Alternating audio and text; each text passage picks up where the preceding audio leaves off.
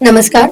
तो आज world cancer day के इस मौके पर एक खास बातचीत में एक खास विषय पे हम बातचीत करेंगे कैंसर।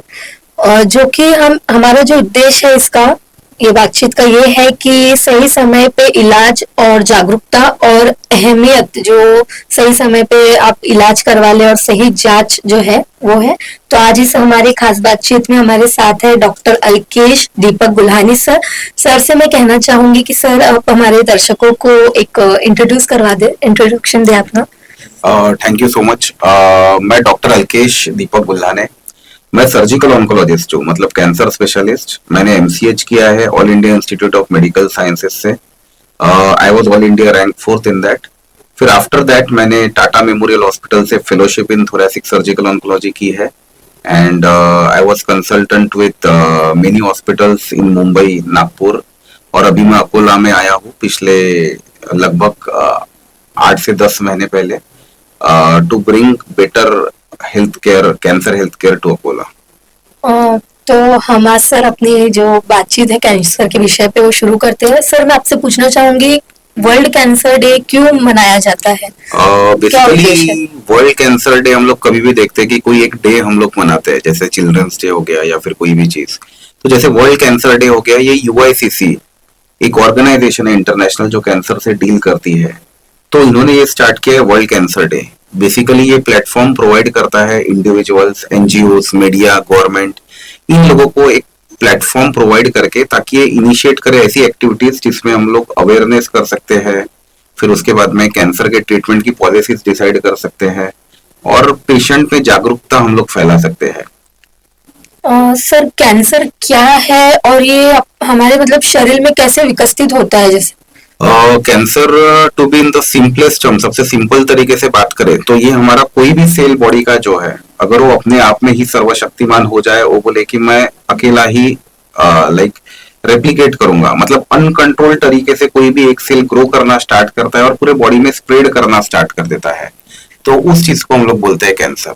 सर जैसे जो पेशेंट है जैसे कैंसर के, तो उनको आप क्या सलाह देना चाहेंगे? कैसे मतलब वो कोई कोई होता है जो डर जाता है एकदम सुनेगा, पॉजिटिव जो होता है इसमें उस तरीके से आप क्या कहना चाहेंगे जो मरीज है उनको? जी, हम लोग हमेशा ऐसे देखते हैं कि कैंसर का डायग्नोसिस डेफिनेटली आपकी जिंदगी बदल सकता है। तो पेशेंट बहुत डरे हुए होते हैं। उनके पास जैसे डर तो एक एलिमेंट है ही है, एक अनिश्चितता होती है, अनसर्टेनिटी होती है। फिर उसके बाद में एक कॉस्ट फैक्टर भी बहुत इंपॉर्टेंट है। तो ऐसे पेशेंट्स को हम लोग बोलेंगे कि लाइक आपको डरने की बिल्कुल जरूरत नहीं है, आप अकेले नहीं हो इस फाइट में। आप में बहुत ज्यादा स्ट्रेंथ है जो आप जानते नहीं हो, आपको बस उसे, you just have to command it. और आपके साथ मतलब हम सब लोग हैं। साइंस बहुत रैपिडली प्रोग्रेस कर रहा है। पहले जैसे कैंसर एक डेथ सेंटेंस लोग मानते थे, अभी वो सेंटेंस नहीं है, एक वर्ड है। तो you need not fear cancer, आपको डरने की बिल्कुल जरूरत नहीं है। एंड बहुत सारे कैंसर्स का अगर आप अच्छे से इलाज करते हो, अच्छे एक्सपर्ट से इलाज करते हो, तो आप बिल्कुल ठीक होने की आपकी संभावना रहती है। तो it is not a death sentence any more. और मैं सोसाइटी से भी ये रिक्वेस्ट करूंगा कि बहुत सारे रिलेटिव्स हमारे पास आते हैं और पूछते हैं क्या ये टच करने से फैलता है, तो ये बिल्कुल अपने दिमाग से निकाल लीजिए कि कैंसर कोई ऐसा वायरस नहीं है, वो पेशेंट का अपनी बॉडी ठीक से रिएक्ट नहीं कर रही है, उस तरीके की चीज है। तो ये बिल्कुल भी छूने से या फिर ये करने को, टच करने से, साथ में रहने से बिल्कुल फैलती नहीं है। और इनफैक्ट कैंसर पेशेंट्स को सबसे ज्यादा जरूरत होती है आपके स्नेह की, आपके प्यार की और आपके सपोर्ट की। जैसे सर ग्रामीण जो इलाके हैं उसमें कैंसर के लिए अभी क्या आगे कैसा होना चाहिए, आपको क्या लगता है? देखिए, ग्रामीण इलाकों में बहुत ज्यादा जरूरत है हम लोगों को अवेयरनेस फैलाने की, क्योंकि जो भी पेशेंट्स हमारे पास मोस्टली ग्रामीण से आते हैं तो उनका बहुत लेट स्टेज प्रेजेंटेशन होता है। सरकार ऑलरेडी बहुत कुछ कर रही है, बहुत अच्छे अच्छे प्रोजेक्ट सरकार के हैं। एज अ पर्सनल और मीडिया लेवल पे भी, और मुझे एज अ पर्सन भी, हम लोगों को भी बहुत सारी चीजें करना चाहिए, जैसे कि मतलब अवेयरनेस प्रोग्राम्स लेना, फिर उसके बाद में स्क्रीनिंग गाइडलाइंस है। तो ये सब चीजें आप मीडिया के द्वारा उनको बता सकते हो। जैसे ब्रेस्ट कैंसर का हम लोग एनुअल मेमोग्राफी एनसीसीएन रिकमेंड करता है starting from the age of 40। तो मेमोग्राम सिर्फ एक एक्सरे की टेस्ट रहती है, और जिससे ब्रेस्ट कैंसर, जो कि सबसे ज्यादा महिलाओं में पाया जाता है, नंबर 1 पे है ब्रेस्ट कैंसर फिलहाल। जैसे यूएस का डेटा है उसमें 8 और 9 में से एक फीमेल को थ्रू आउट और लाइफ टाइम चांस है ब्रेस्ट कैंसर डेवलप होने का। तो it is very common in India also. तो सिर्फ एक एक्सरे की जांच आपकी लाइफ बचा सकती है। तो एक्सरे नहीं, मतलब मैमोग्राफी एक्सरे जैसी टेस्ट होती है, बहुत ही छोटी टेस्ट है, तो ये मैं रिकमेंड करूंगा। दूसरी चीज, मतलब सर्वाइकल कैंसर का भी बहुत ज्यादा इंडिया में लोड है, तो आई थिंक सर्वाइकल कैंसर भी पूरी तरह प्रिवेंटेबल है। तो इसमें कुछ स्क्रीनिंग गाइडलाइंस है जो 21 ईयर से हम लोग स्टार्ट करते हैं। एक छोटा सा एक पैप स्मीयर का टेस्ट रहता है, उसको 3-3 साल में, अगर एचपीवी टेस्टिंग करते हैं तो 5 ईयर्स में एक बार करना पड़ता है, तो ये कराइए। और उससे भी बहुत ही अच्छी चीज है कि अभी कोई कैंसर को प्रिवेंट करने वाली वैक्सीन निकली है, that is first time happened, that has happened first time, जिसको हम लोग सर्वाइकल कैंसर प्रिवेंशन वैक्सीन बोलते हैं। तो ये बहुत ही इफेक्टिव वैक्सीन है, सर्वाइकल कैंसर प्रिवेंशन वैक्सीन। आपने इसका डेफिनेटली आपके जो बच्चे हैं तो इनको ये वैक्सीनेशन अर्ली एज में करवाना बहुत फायदेमंद है। और जिन कंट्रीज ने भी ये प्रोग्राम्स अपने लॉन्च करे हुए हैं सर्वाइकल वैक्सीनेशन के, तो उनमें मतलब सर्वाइकल कैंसर का 90 to 95% they are able to eradicate it. Sir जैसे अभी जो वुमेन्स है उनमें तो ब्रेस्ट कैंसर, सर्वाइकल कैंसर, कैसे मतलब हमने अपना ध्यान कैसा देना चाहिए उसमें, देखिए, इसके ना क्या सेफ्टी रखनी चाहिए, कैसा? इसके पूरे डिफाइंड गाइडलाइंस है। सबसे पहले तो मॉडर्न लाइफस्टाइल, जैसे हम लोग ब्रेस्ट कैंसर के बारे में बात करेंगे, modern lifestyle is one of the things which is responsible for it. जैसे नोन फैक्टर्स है कि इनफर्टिलिटी, मतलब बच्चा नहीं होना या फिर लेट बच्चा होना, ब्रेस्ट फीडिंग बराबर नहीं होना, तो ये सब चीजें जो कैंसर के रिस्क आपकी बढ़ा देते हैं। जैसे पहले शादी टाइम से होती थी, किड्स एंड इश्यूज, जो बच्चे थे वो टाइम से हो जाते थे, प्रॉपर ब्रेस्ट फीडिंग रहती थी, तो this are the protective, this have got protective effects for cancer. ये एक चीज हो गई। फिर दूसरी चीज मतलब एनवायरमेंटल एक्सपोजर्स, जैसे कि हम लोग हेल्दी खाए, एक्सरसाइज करें, और अपार्ट फ्रॉम दिस जैसे देर आर फिक्स्ड गाइडलाइंस, जैसे हम लोग जिसको बोलते हैं कि क्लिनिकल ब्रेस्ट एग्जामिनेशन, तो एक 2 से 3 साल में एक बार आपके हेल्थ केयर वर्कर से आप मिलिए, क्लिनिकल ब्रेस्ट एग्जामिनेशन करवाइए।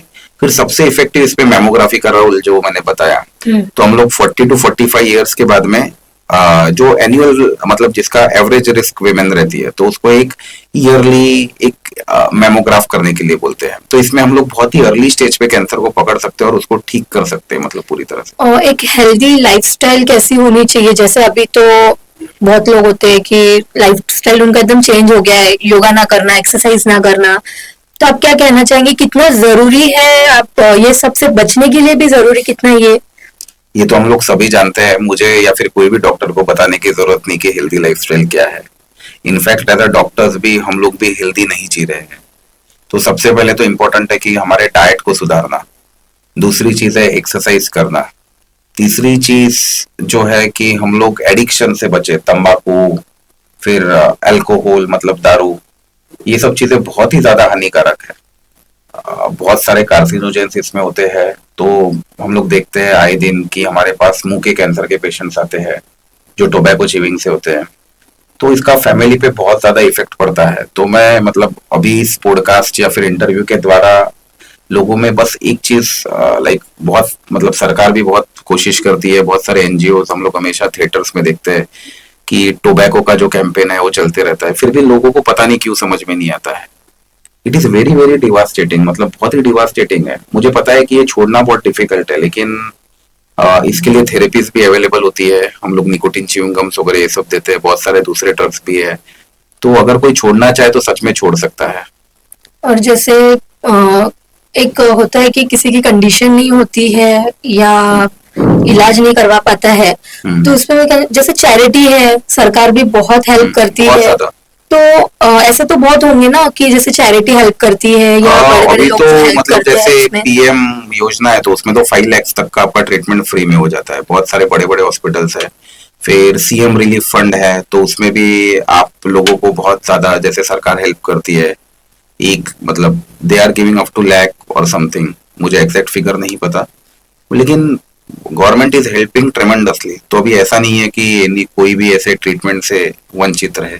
और अगर ऐसे आप क्या कहना चाहेंगे जो दर्शक है हमारे, उनसे सही समय पे जांच कितनी जरूरी है और अपना जीवन शैली पे ध्यान देना कितना जरूरी है? देखिए, सबसे पहले तो जीवन शैली की बात हम लोग कर चुके हैं। ये किसी को भी बताने की जरूरत ही नहीं है। हमारे शास्त्रों में सब कुछ दिया हुआ है कि हमें कितना खाना है, कितना। तो गो टू द बेसिक्स, जहाँ पे हमारे पूर्वज जो करते थे, जो हमारे दादा दादी करते थे, उनका लॉन्ग लाइफ था, उनमें कैंसर का रिस्क भी बहुत कम था। तो बेसिक लाइफस्टाइल, वहीं से आपको प्रेरणा मिलेगी। मेरा कुछ भी बोलना बिल्कुल भी नहीं है। जैसे हम लोग अभी, जैसे कार्बोहाइड्रेट्स कम करना, हम लोग पहले भाकरी खाते थे, it was always better than wheat, it is always better than wheat.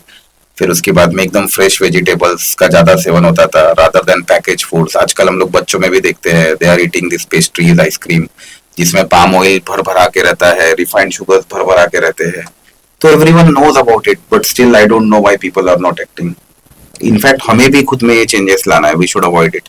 और आपका दूसरा सवाल क्या था रिगार्डिंग? ये जैसे हम लोग अभी आपको मैंने बोला जीवन शैली और स्वस्थ, जैसे जल्दी से बेसिकली कैंसर कि जल्दी नहीं, टेस्ट क्यों करना है? टेस्ट जरूरी कितना है? अगर हाँ। आपको लग रहा है कि मैं बीमार हूँ, कोई कोई निगलेक्ट कर देता है, नहीं, इग्नोर कर देता है छोटे छोटे देखिए, सिम्टम्स। ये डर के कारण होता है। हम लोग सोचते हैं कि हम लोग आंख बंद के अगर हम शेर के सामने हम लोग हमारी आंख बंद कर ले, तो ऐसा तो है नहीं कि शेर हम लोग नहीं देख सकते तो वो लोग खाएंगे नहीं, मतलब।